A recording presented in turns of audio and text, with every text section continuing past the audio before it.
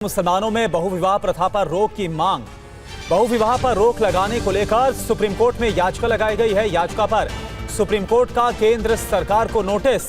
सभी शादियों का रजिस्ट्रेशन अनिवार्य कराने की जो मांग है वो की गई है। अर्जी में घर के अधिकारों की गारंटी की मांग भी की गई।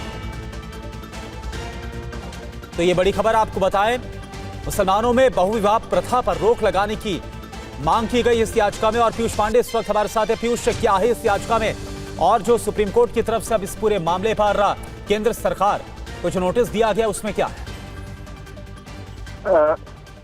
जी करुणा, देखिए, सुप्रीम कोर्ट ने देश में मुसलमानों के बीच बहुविवाह पर पूरी तरह से यानी कि पॉलीगमी पर पूरी तरह से रोक लगाने की मांग वाली याचिका पर केंद्र सरकार से जवाब तलब किया है।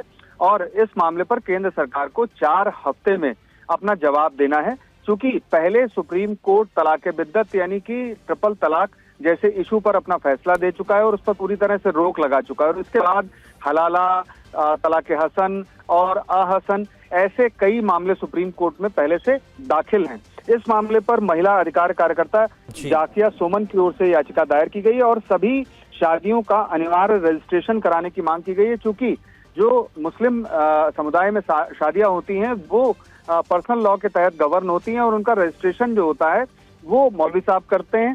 तो ऐसी स्थिति में यहाँ पर जो लॉ है वो पूरी तरह से पर्सनल है और इस मामले में ये मांग की गई है कि कानूनी उनको वैधता दी जाए ताकि रजिस्ट्रेशन हो और प्रभावित महिलाओं को गुजारा भत्ता, विरासत और आवास के अधिकारों की गारंटी मिले।